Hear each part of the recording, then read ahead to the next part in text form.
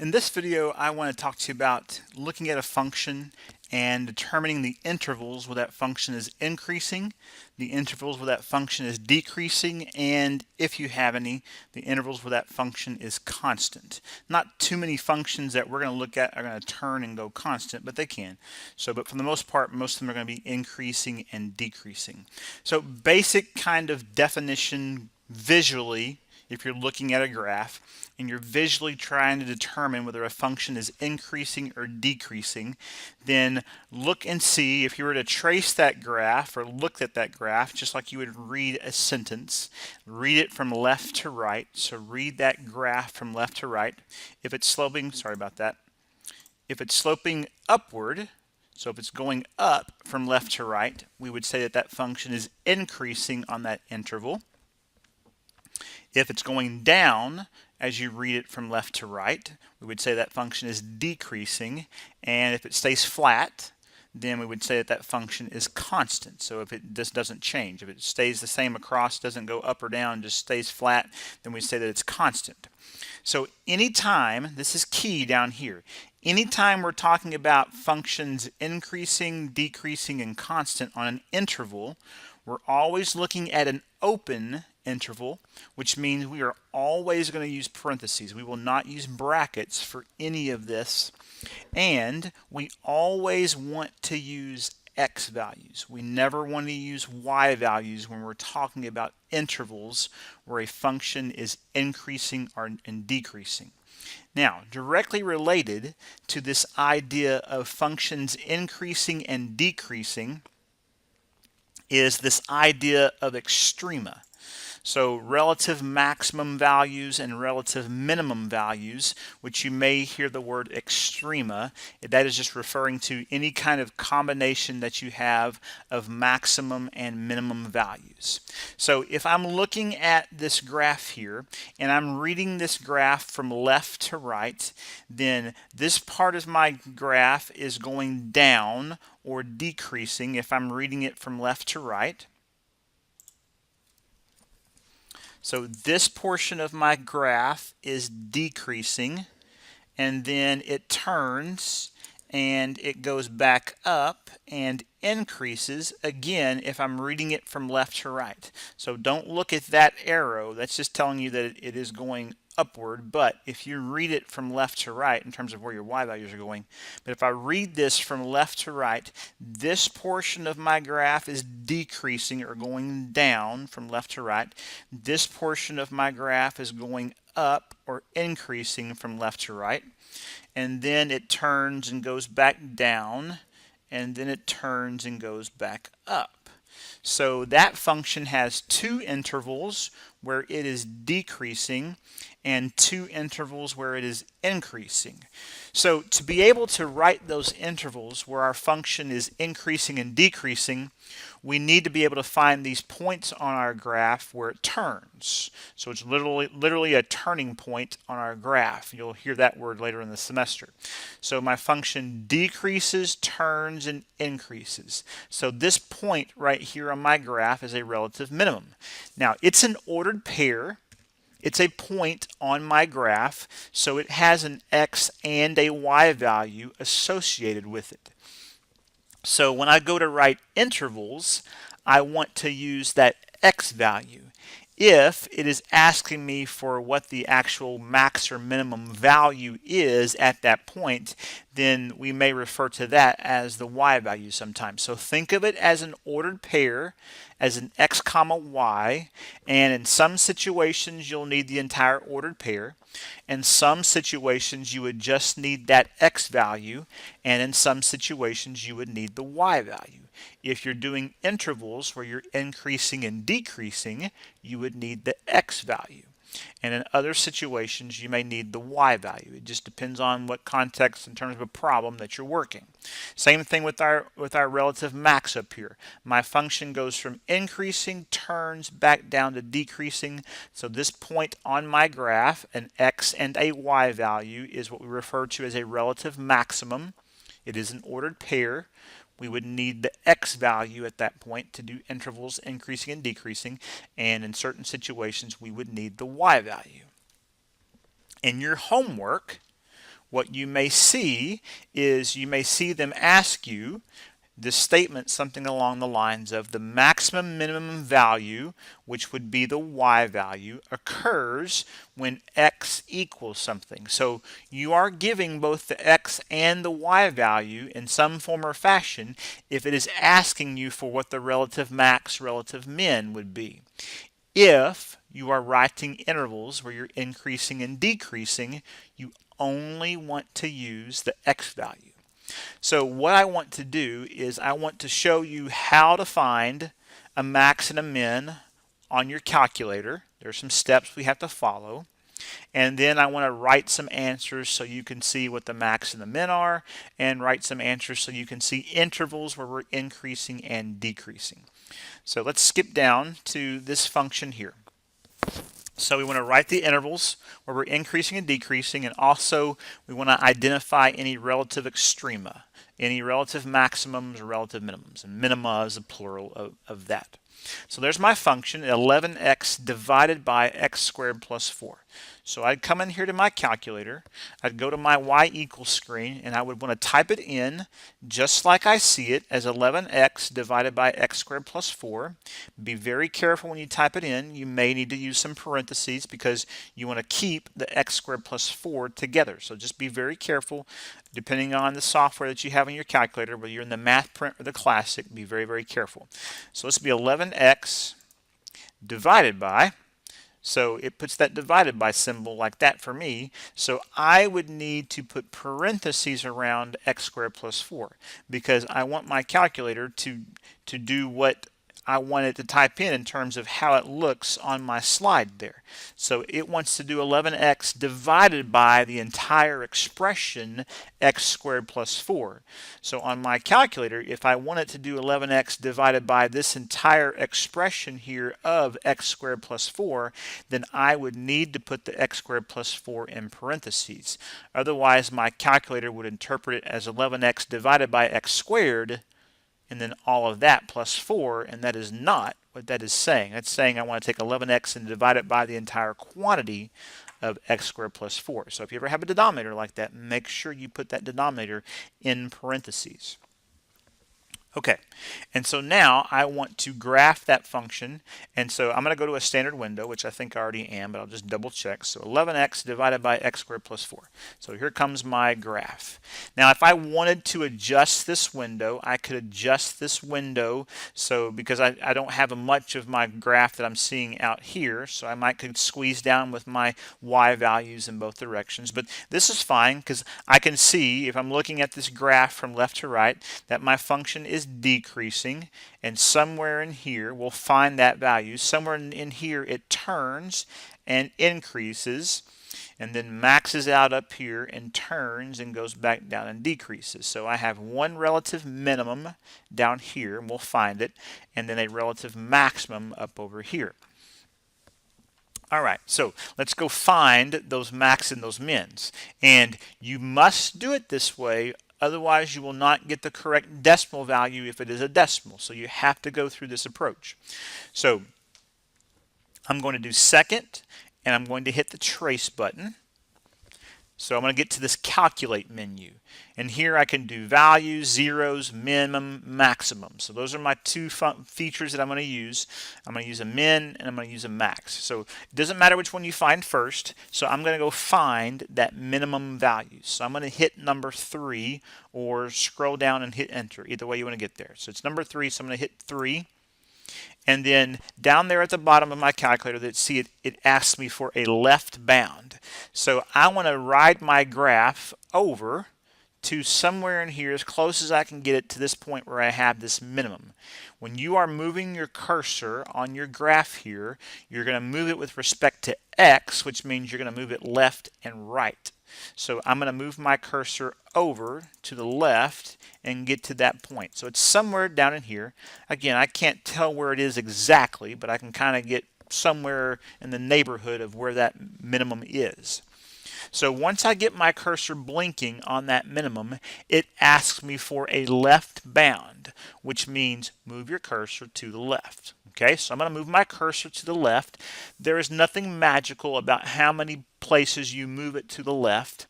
I would be safe and move it probably 4 or 5 places to the left just to make sure you move far enough away, since we're not real sure where it occurs down in here. I'm going to move it far enough away from that. So I'm going to move it to the left, and I'm going to move it over quite a bit just to make sure.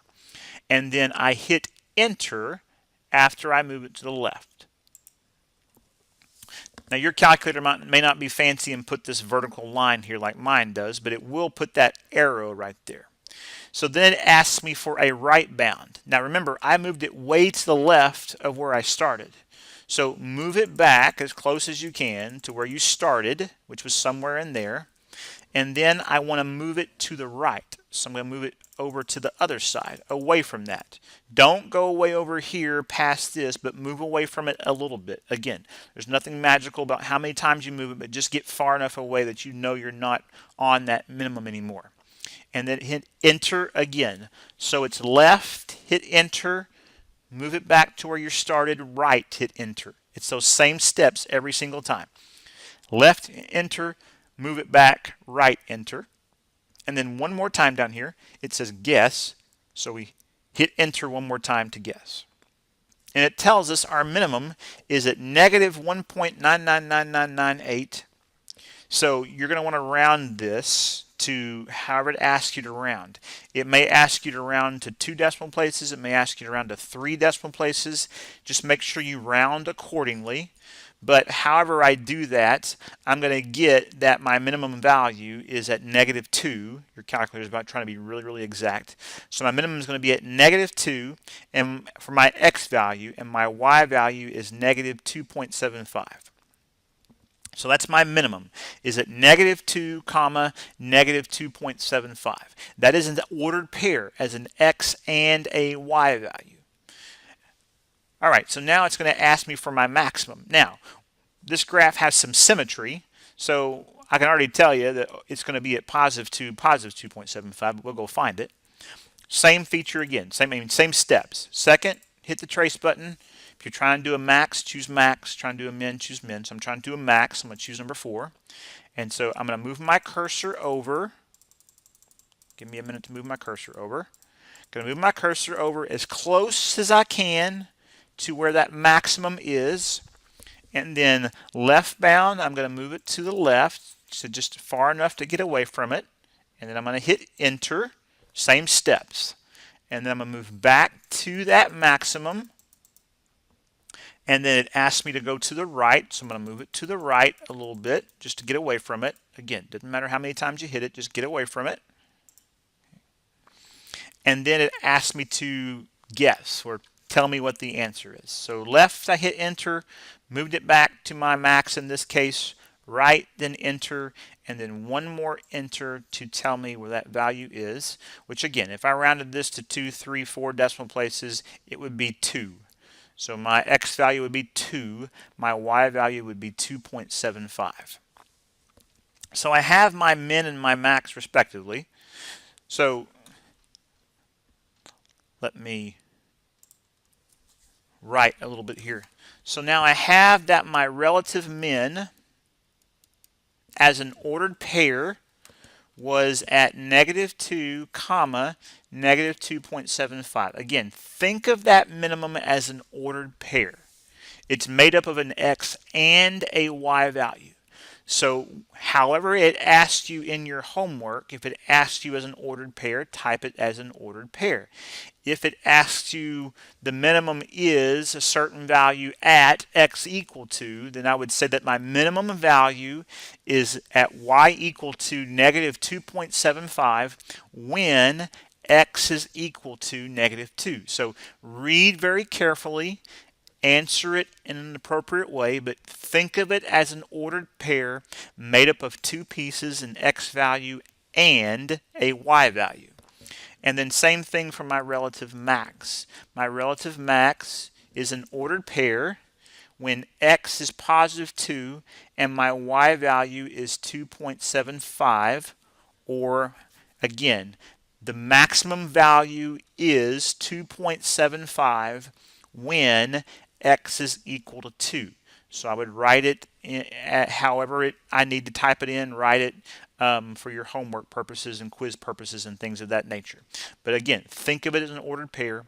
And so there's two pieces to this ordered pair, your y value and your x value. So use whichever one you need in the context of a word problem or something else to answer the question, because we are going to look at some application problems where we're going to need both parts of this to answer some questions. Okay. Let me get out of this for just a second. I'm going to come back and finish writing in just a minute here. But now when I answer the second part of that question, which is where are the intervals where my function is increasing and decreasing respectively. So we said we had this minimum down here at x equal to -2, and we had this max here at x equal to +2. Because remember, if I'm going to write intervals where I'm increasing and decreasing, I am going to use my x values to write those intervals. So this portion of my graph is decreasing, and then it turns and increases, and then it turns and decreases if I read it from left to right. So if I read this graph from left over to the right, it decreases to this minimum at -2, turns and increases to this maximum at 2, turns and decreases out in this direction. Now, where does my graph go? Well, my graph goes all the way to the left, so I can draw this graph without having to pick up my pencil in any way, shape, or form. So my domain is from -infinity all the way over to +infinity. So my intervals, when I write this, are going to go from -infinity and eventually all the way over to +infinity. So I want to write the intervals where my function is increasing and decreasing. So this portion of my graph is decreasing, which if I read it left to right, that's from -infinity to -2. In terms of my x values, my function is decreasing on that interval from -infinity to -2. And I'm using parentheses as an open interval, so I'm always going to use parentheses. And then it turns at -2, so I'm going to start at -2 again. It turns and it increases from this x value, which is at -2, up to this x value, which is at +2. So on that interval, my function is increasing. That is not an ordered pair, so be real careful. Don't confuse intervals with ordered pairs because they look the same in some situations. So this is saying that it's increasing from this x value at -2 all the way over to this x value at +2. My function is increasing. And then my function turns again and it decreases starting at 2, and it decreases from 2 all the way out to infinity. Because I'm reading this from left to right, that portion of my graph is decreasing from 2 to infinity. So it has two intervals where it's decreasing, and then one interval where it's increasing. So if I was going to write this formally, so let's talk about that for just a minute.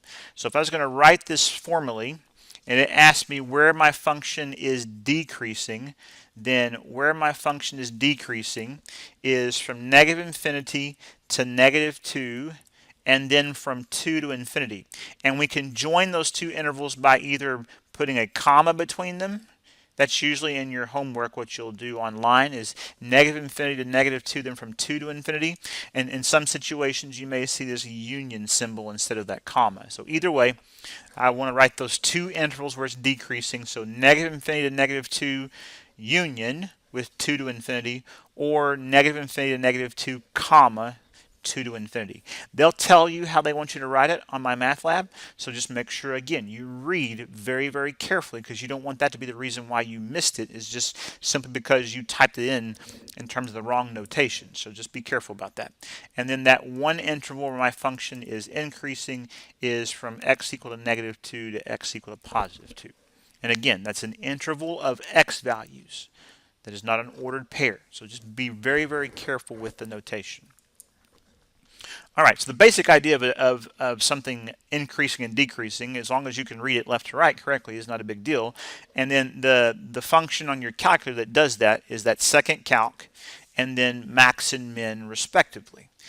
Now, I do want to point out one thing to you about your calculator that you have to be very careful about. So let me get rid of all my writing here. The one thing you have to be careful about with your calculator is, it's going to ask you to round to 2 or 3 decimal places. And so when you go to round it, you want to make sure you round it appropriately. So be very, very careful about these max and these minimum values. So I want to look at another example, and I'm not going to work the whole thing, but I do want to just type this function in. So this is negative x to the third plus 2x minus 5. So I want to type that in, and I want to look at just one little part of this. I'm not going to do this whole problem. So let's look at y equal to negative x. I'm going to clear that out. Just hit clear. So negative x raised to the third power. Move your cursor over. And then plus 2x and minus 5. So plus 2x and then minus 5. And let's graph this function and see if it works in a standard window. Again, we'll adjust if we need to. All right, so this portion is decreasing, turns and increases, turns and decreases. So I have a min and a max. And so let's go find this minimum value, for example. So I'll do second and do my trace. I'm going to go find that minimum. So I'm going to choose number 3. And I'm going to move my cursor down to that point where I have that minimum. And then left bound, so I'm going to move it to the left just a little bit, not too far, just get away from it. And then go back to where that minimum is. So go back to it and then move it to the other side of it. Again, don't go too far and don't go over here to this max for sure. So just move away from it a little bit and hit enter. And those two arrows should be pointing at each other, and your minimum should be trapped in between those two arrows. And then have it guess. And yes, I want it to guess. Okay, so you see it this time I get an ugly, ugly decimal.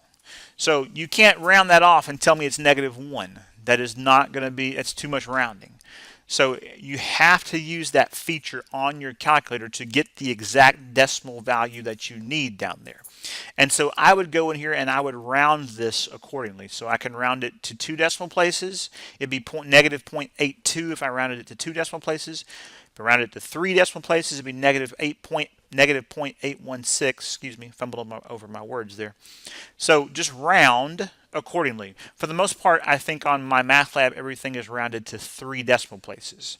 Now, if you want to avoid you having to do the rounding, then your calculator will do the rounding for you. You would want to come in here to your mode on your calculator. You saw this in the previous video. And come down here, instead of having it float, you can have it round to 2 decimals, 3 decimals, whatever. It will round everything to that many decimals, but if I wanted to round to 3 decimals, then I would hit enter there. And then if I came back in here, if I came back in here to my graph and did second, and did the calc, and then number 3 did the minimum again, then left bound, move it away, but you see down here now everything is rounded off to 3 decimals.